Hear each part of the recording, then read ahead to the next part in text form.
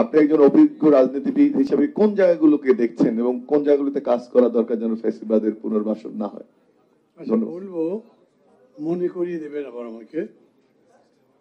এই যে খোসা ভাই বললেন না, আপনারা যেন আমাকে আনফিট মনে না করেন, এই জন্যেই কিন্তু আমি একটু আগে উঠেছি, বাইরে গেছি, ওয়াশরুমে গেলাম, হেঁটে আসলাম। ওটা যদি পারি তাহলে দাঁড়িয়ে বক্তৃতা করতে পারবো না কেন? তারপরে আপনার মনে সন্দেহ আছে আমি অসুস্থ আছি, সেটা গলায়, হঠাৎ করে কাশি উঠে গেলে বলতে অসুবিধা হতে পারে। আর একটা কৈফিয়ত দিই, আমি কোনো স্বেচ্ছাচার করিনি, আমি সিনিয়র অতএব সাকি পরে বলো এরকম করিনি। আমার একটা প্রোগ্রাম আছে যেটা 1টা থেকে 1:30টার মধ্যে পৌঁছবার কথা, দেরি হচ্ছে। আর তিতুমির খুব ভালো বলেন, খুবই সাবজেক্ট ম্যাটার থাকে, শোনাও দরকার, তাকে তো আর মানা করতে পারি না। আমি জানি যে তার বলতে সময় লাগবে, তবু ওটা সহ্য করেছি। সভাপতি আছেন কেউ? জনাব সভাপতি, আলোচকবৃন্দ, সাথীরা, বন্ধুরা, আসসালামু আলাইকুম। প্রথম কথা হলো যে সাবজেক্টে বলতে বলেছেন, এটাতে আমার বলার ইচ্ছা নেই, সময় নেই, তো অন্যান্য কথা বলা দরকার। আমি সম্ভবত 4 দিন আগে রাত 11:20 আর টিভি যে টক শো করে ওখানে গেছি। ওখানে উপস্থিত ছিলেন জামাতের যুগ্ম সাধারণ সম্পাদক সম্ভবত ডাক্তার রেজাউল করিম। ওনাকে প্রশ্ন করেছিল পিআরের উপরে। উনি বললেন, এইটা এত ইম্পর্টেন্ট ব্যাপার, এটা রাখেন, অন্য কথা আমরা চাই recognition of the July declaration, recognition of July, যেটা আমরা সনদ বলি আর ঘোষণা, দুটো জিনিস তো, এই দুটোর রেকগনিশন দরকার। আমি বললাম তাহলে তো ভাই আমাদের সমাধান হয়ে গেল। এদিক দিয়ে জনাব সালাউদ্দিন বলেছেন তার দলের পক্ষ থেকে তিনি গণভোট মেনে নিতে রাজি আছেন। সেটা নিয়ে একটু বলবো, বেশি লম্বা করবো না কোনোটাই। আবার আপনারা যদি পিআরের প্রশ্নটা ছেড়ে দেন তাহলে তো আমাদের সমস্যার সমাধান হয়। লম্বা কোনো এজেন্ডা নেবার সময় নাই এখন। যখন আমরা আন্দোলনটা শুরু করছি, খসরু ভাই আছেন, সাকিও আছেন, তখন আমাদের সামনে ছিল সংস্কার করতে হবে পরিপূর্ণ। আমাদের একটা দলের নামই তো রাষ্ট্র সংস্কার আন্দোলন, আমাদের জোটের। তো রাষ্ট্রের পুরো সংস্কার ছাড়া আবার কিসের ভোট? কিন্তু বিতর্ক হলো এবং তখন আমরা বললাম যে তত্ত্বাবধায়ক সরকার বলা যাবে না, ওটার টার্ম মাত্র 3 মাস, অতএব অন্তর্বর্তী সরকার বলি, যাতে সংস্কারটা কমপ্লিট করে তারপরে ভোট করতে পারি। বিএনপি কনসেপ্টও মানলো না, তবে ওটা বলতে রাজি হলো যে ঠিক আছে আমরা অন্তর্বর্তী সরকার বলি। কিন্তু অন্তর্বর্তী সরকার বললেও তার সময়সীমা বলা ঠিক হবে না, এটা ওনারা বললেন, আমরাও বলিনি, ওনারাও বলেননি, এরকম করে চলছিল। বলতে পারেন আমাদের চিন্তার বাইরেই, খুব অপ্রত্যাশিতভাবেই বলতে পারেন যে ফ্যাসিবাদের যেভাবে পতন হয়ে গেল, তারপরে প্রশ্নটা তো সামনে আসলো কি হবে এরপরে। বোধহয় 2 দিনের মাথায় বিএনপির পক্ষ থেকে বিশাল সমাবেশ করে বলা হলো 3 মাসের মধ্যে নির্বাচন দিয়ে ক্ষমতা হস্তান্তর করেন। বিএনপির লোকজন খুব অসন্তুষ্ট হয়ে গেল, রক্তের দাগই শুকায়নি, এখনই ক্ষমতা চায়।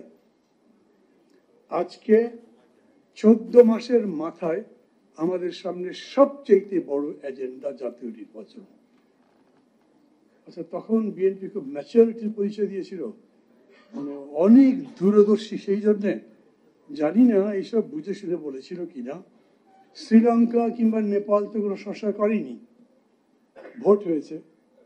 শ্রীলঙ্কা আমাদের থেকে চাল ধার নিয়েছিল, কত অভাবে পড়ে গেছিল, তারা সেই ক্রাইসিস মিটিয়ে দিয়েছে। আর আমরা প্রফেসর ইউনুসের মতো এত বড় স্টার অফ দ্য স্কাই আমাদের ক্ষমতা নিয়েছেন, আমাদের দেশ চালাচ্ছেন, আমাদের ইকোনমিক ক্রাইসিস যায়নি, আমাদের অ্যাডমিনিস্ট্রেশন ঠিক হয়নি, পুলিশ তো কথাই শোনে না, যা শোনে না তা একটু খসরুয়ের কথা শোনে, আমার কথা শোনে না, এইভাবেই চলছে। এইটা দিয়ে ভোট হবে, কতদূর ভোট হবে, ভালো ভোট কতখানি হবে, এইসব প্রশ্ন সবার মধ্যে। ভোটের কতদিন আছে যেভাবে বলা হয়েছে তাতে 4.5 মাস। এখনো মানুষ আমাকে প্রশ্ন করে, আমি মনে করি খসরু ভাইকেও করে, সাকিকেও করে, আপনাদেরকেও করে, প্রশ্ন করে ভাই ভোট হবে তো? এটা কোন ধরনের কথা? 4 মাস পরে ভোট, এখনো যদি মানুষ সন্দেহের মধ্যে থাকে তাহলে আমাদের ক্রাইসিস কি? আমি প্রফেসর ইউনুসকে একদিন বললাম, যেদিন উনি আমাদের 8 নেতাকে ডেকেছিলেন, স্যার আপনি তো সবসময় জোর দিয়ে বলেন, you are such a sweet talker, dream ফোটাতে পারেন মানুষের মধ্যে, সবসময় উইথ কনফিডেন্স বলেন যে কোনো প্রশ্নই হোক না কেন নির্বাচন ফেব্রুয়ারিতে হবেই, এমন একটা নির্বাচন হবে সারা বিশ্ব অবাক তাকিয়ে দেখবে এত সুন্দর ভোট বাংলাদেশে হয়। আপনার নিউজ বাম পাশে ছাপা হয়েছে, ডান পাশে রেহমান সোভার একটা ছাপা হয়েছে, নিউজ ডাবল কলাম। একটা সংস্কার এই পর্যন্ত এই সরকার করতে পারেনি। আমি আপনার সরাসরি ছাত্র, আমি প্রফেসর ইউনুসের ছাত্র, উনি আমাকে পড়িয়েছেন সরাসরি। আর শিক্ষক হিসেবে আমি রেহমান সোভারকে তো মানি, সবভাবেই তাকে মানি। আমি কোনটা বিশ্বাস করব? মানুষ কাকে বিশ্বাস করবে? আমাদের ক্রাইসিস এখন কোনটা? আমি মনে করি ক্রাইসিস হলো holding of a quality acceptable to all National Assembly election. বাকি যাই বলছেন, এই যে তিতিবির খুব ভালো একটা আলোচনা করলেন না, এগুলো ভোটের পরে লাগবে। এখন এই আলোচনা ভালো করে কেউ শুনবেও না, এগুলোর উপরে কাজও করবে না। এক্সটেনশন করতে করতে এই মাসের 15 তারিখ পর্যন্ত আছে এই কমিশনের মেয়াদ। 2 তারিখে ইউনুস সাহেব ফিরবেন। এর মধ্যে ভেতরে ভেতরে কথাবার্তা চলছে কি করে একটা জায়গায় আসা যায়। আপনারা নিশ্চয়ই জানেন যে সর্বশেষ ঐকমত্য কমিশন আমাদের কাছে একটা প্রপোজাল দিয়েছে। প্রপোজালটা আমার যদি বেশি সময় না লাগে তাহলে আপনাদেরকে আমি পড়ে শোনাতে পারি।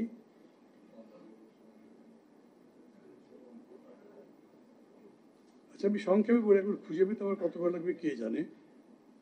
তারা বলেছেন যে বর্তমান অন্তর্বর্তী সরকার তার প্রধান একটা স্পেশাল কনস্টিটিউশনাল অর্ডার দিয়ে বলবেন যে একটা গণভোট হবে এবং সেই গণভোটের ভিত্তিতে আমরা জুলাই সনদকে বৈধতা দেব। জুলাই সনদের বৈধতাই তো মূল প্রশ্ন। যদি সেটা দেওয়া যায় তাহলে তারপরে নির্বাচন হতে পারবে।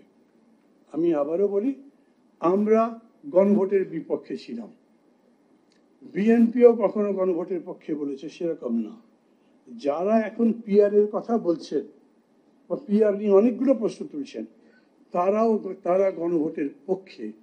সালাউদ্দিন সাহেব যখন বললেন যে গণভোট হতে পারে, শুধু একটা প্রশ্ন আছে, এটার মধ্যে তো অনেকগুলো ডিসেন্ট আছে, এই নোট অফ ডিসেন্ট নিয়ে কিভাবে ভোট হবে? জুলাই সনদের মধ্যে থেকে এগুলো তো বাদ দেওয়া যাবে না। উনি প্রস্তাব করলেন সবগুলোকে একটা প্যাকেজে না হোক, মানে যে ডিসেনশন গুলো আছে সেগুলো একটা প্যাকেজে, বাকিগুলো মিলে একটা টোটাল প্যাকেজ, তারপরে গণভোট হবে ইয়েস অর নো। ধরে নেন this is closed for now, vote হয়ে গেল, সংসদ বসলো, তখন এটা ওপেন করলে এর যত ডিসিশন আছে তার জন্য মেবি আর একটা দ্বিতীয় গণভোট করতে হবে, তাহলে মিটে যায়। এই প্রস্তাব দেওয়ার পরে আমি জামাতের কোন কোন নেতাদের সাথে কথা বলেছিলাম ওখানে, ওনারা সেই মুহূর্তে কোনো কমেন্ট দেননি। কিন্তু বিষয়টা হয়েছে, আমি এ সম্পর্কে সবাইকে সতর্ক থাকার জন্য বলি, আপনি কি জুলাই সনদের রেকগনিশন চান? এটাই মেইন। এই অভ্যুত্থান হয়েছে, তার জন্য এতগুলো মানুষ জীবন দিয়েছে, তাদেরকে যথাযথ মর্যাদা দিতে চান, যুক্তিসঙ্গত সবকিছুই, এগুলোর একটা কনস্টিটিউশনাল এগ্রিমেন্টও দরকার, স্বীকৃতি দরকার, ঠিক আছে। কিন্তু আপনি তার পাশাপাশি যদি এখন বলেন না কনস্টিটিউশনাল অর্ডার তাদেরকে দিতে হবে, কনস্টিটিউশনাল অর্ডার কি এই অন্তর্বর্তী সরকার দিতে পারেন? আমি জানি যে এখন আমি যে কথাগুলো বলছি একটু জটিল মনে হতে পারে, এই জন্য সহজ করে ফেলি আমি আপনাদের কাছে। এই অন্তর্বর্তী সরকার একটা কি বিপ্লবী সরকার যে তারা কনস্টিটিউশনাল অর্ডার দেবে? এই অন্তর্বর্তী সরকারটা কেমন? বিএনপি খুবই ক্যাটেগরিক্যালি বলেছে this is a constitutional government. এটা 106-এর রেফারেন্সে সুপ্রিম কোর্টের রায়ে প্রতিষ্ঠিত। কিন্তু ভিন্ন পক্ষে এটা বলা যায় এটা হচ্ছে জনগণের অভিপ্রায় এত বড় অভ্যুত্থানের মধ্যে দিয়ে প্রতিষ্ঠিত। তাহলে 106 দরকার লাগলো কেন? অতএব বিতর্কটা এইখানে আছে। এবং এটার জন্য যারা আজকে এই পিআরের কথা বলছেন তারা আবার পাল্টা বলছেন এই সরকারই বৈধ নয়, কারণ এই সরকার জনগণের অভিপ্রায়ের ভিত্তিতে কাজ করছে না। কিন্তু তারা মনে করে এই সরকারের রাইট আছে, জনগণের অভিপ্রায়ের ভিত্তিতে যেহেতু হয়েছে অতএব তারা স্পেশাল অর্ডার দিতে পারে। আমি মনে করি যে কদিন আমাদের হাতে আছে আমরা নিজেদের মধ্যে কথা বলতে পারবো। একটা স্পেশাল কনস্টিটিউশন অর্ডার যদি নাও দেয় তাহলে 15th অ্যামেন্ডমেন্ট বাতিল হওয়ার পরে আমরা গণভোটে তো যেতে পারি। গণভোটে গেলে এটার স্বীকৃতি হয়। বাকি যতগুলো ব্যাপার আমাদের এগ্রিমেন্ট আছে সেটাও সংবিধানের অন্তর্গত হতে পারে। এবং সেই ব্যাপারে বিএনপির পক্ষ থেকে আমি বরঞ্চ বলি আমি তো ভাই বিএনপি করি না, এবং এটাও বলি বিএনপি করবো না, মানে তাদের প্রতি বিদ্বেষ থাকে না। আমি আমার দল করি, আমার রাজনীতিতে আমার বিশ্বাস আছে, সেই বিবেচনা থেকে বিএনপি করি না। কিন্তু তারপরে আমি এটা বলবো, ধরেন মূল বিষয়টা অবিশ্বাস। আমরা বলেছি এই কাজ ক্ষমতায় যাবার পরে করব, অথবা নির্বাচনে যারা ক্ষমতায় আসবে যেই আসবে তারা এই দায়িত্বগুলো পালন করবে, সবাই বলেছে। আমরা কাগজে সই করব, তারপরে আমরা যখন নির্বাচন করব সেই নির্বাচনের সময় ম্যানিফেস্টোতে এগুলো দাবি হিসেবে বলবো। তারপরেও আপনি আমাকে বিশ্বাস করছেন না।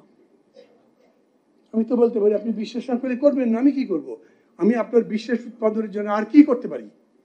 কিন্তু বিএনপি বলেছে ঠিক আছে, আপনাদের যদি বিশ্বাসের সংকট হয় আপনারা বলেন কোন পদ্ধতিতে করলে বা কোন লিগ্যাল ফ্রেমওয়ার্ক আপনাদেরকে দিলে কিংবা সংবিধানের কোন ধারা প্রয়োগ করে এইটাকে জাস্টিফাই করা যেতে পারে। ধন্যবাদ, কথাবার্তা লম্বা করব না। আমি মনে করি এখন এটাই হলো বড় প্রশ্ন, পিআর বড় নয়। আমি মনে করি জামাত পিআর নিয়ে প্রথম থেকে লড়াই করেনি। কেউ কেউ প্রশ্ন করেছেন না, যদি পিআরই তাদের মূল দাবি হয় তাহলে এতদিন তারা পিআর নিয়ে বললো না কেন? এখন হঠাৎ রাজপথে নেমে গেল কেন? আমি তাদের দুইজন নেতাকে জিজ্ঞেস করলাম, নাম বলছি না, যে আপনারা আলোচনার টেবিলে আছেন আবার সরাসরি রাস্তার মধ্যে বিক্ষোভ করছেন, এটা কোন ধরনের আচরণ? আমাকে বলছে লিডার আপনি নিজে কত বক্তৃতা করেছেন আন্দোলন এবং আলোচনা একত্রে চলতে পারে, করেন নাই? আমি বললাম আলোচনা চলছে সেটা ছেড়ে আন্দোলনের পথে যাওয়ার কথা তো কখনো হয়নি। যুদ্ধের ময়দানে যখন শান্তির প্রস্তাব আসে তখন সেই আলোচনা হয়। আন্দোলন যখন আমরা রাজপথে করি, রক্ত ঝরে, গুলি ঝরে, মানুষ মরে, তখন শান্তির আলোচনা হয়, তখন নিষ্পত্তির আলোচনা হয়। এই জন্য বলা যায় দুটো পাশাপাশি হতে পারে। কিন্তু আলোচনা চলছে তখন সেটা রেখে রাজপথে বিক্ষোভ দেওয়া তো কোনো কাজের কাজ নয়। কথা বলতে পারেন না। আমি বললাম যে এটার কোনো জবাব তো আপনাদের দিতে হবে। বলেন না এটা আমরা জনগণকে বোঝাবার জন্য করছি। একটা বছর জনগণকে বোঝালেন না কেন যে পিআর ছাড়া জনগণের মুক্তি নাই? আমি তাদেরকে কাঠগড়ায় দাঁড় করাচ্ছি না, কারণ সবাই তো জাতীয় ঐক্য বলছেন। আমি মাঝে মাঝে বলি নির্বাচন সামনে জাতীয় ঐক্য কিরকম করে? সাকি আমার বিরুদ্ধে ইলেকশনে দাঁড়িয়েছে, আমি তো বলবো সাকি কোনো যোগ্য লোক কিনা? আমি যোগ্য, কারণ আপনারা আমাকে ভোট দেবেন কেন? আমি প্রমাণ করব যে সাকির চাইতে আমি যোগ্য, না হলে আমি জিতবো না। সমস্ত দল সমস্ত বিশ্ব জুড়ে এটা হয়। তারপরে বলবে না আপনারা ঐক্যবদ্ধ থাকেন। এই ধরনের স্লোগান তুলে তুলে না আমরা মানুষের মধ্যে বিভ্রান্তি তৈরি করছি। আপনি এজেন্ডা বলেন, এই প্রশ্নে ঐক্যবদ্ধ থেকে তারপরে রাজনীতিতে নির্বাচনের এই লড়াইগুলো আমরা করব, আমরা তা করবই। নিশ্চয়ই আমরা বলবো যদি আমাদের উপরে সার্বভৌমত্বের আঘাত আসে, আমাদের যদি এত বড় জাতির সংকট তৈরি হয়, যখন জাতির অস্তিত্বের প্রশ্ন আসে, এই ধরনের বড় বড় প্রশ্নে আমরা ঐক্যবদ্ধ থাকবো। গণতন্ত্র নির্মাণের জন্য আমাদের যতটুকু ছাড় দিতে হয় আমরা সেটা দেব, সেই ব্যাপারে আমরা ঐক্যবদ্ধ। বাকি সব ব্যাপারে ঐক্যবদ্ধ থাকবো তা তো না। আমি তো পিআর চাইতেই পারি, আপনি নাও চাইতে পারেন। আমি পিআর চাই, নিচেরটাতে চাই না, কিন্তু উপরেরটাতে চাই। খুশু ভাই চান না, কিন্তু আমি খুশু ভাইয়ের বন্ধুত্ব নষ্ট হওয়ার তো কোনো কারণ নেই। আমরা আবার আলোচনা করব, করতে করতে এক জায়গায় আসবো। Democracy is a matter of discourse.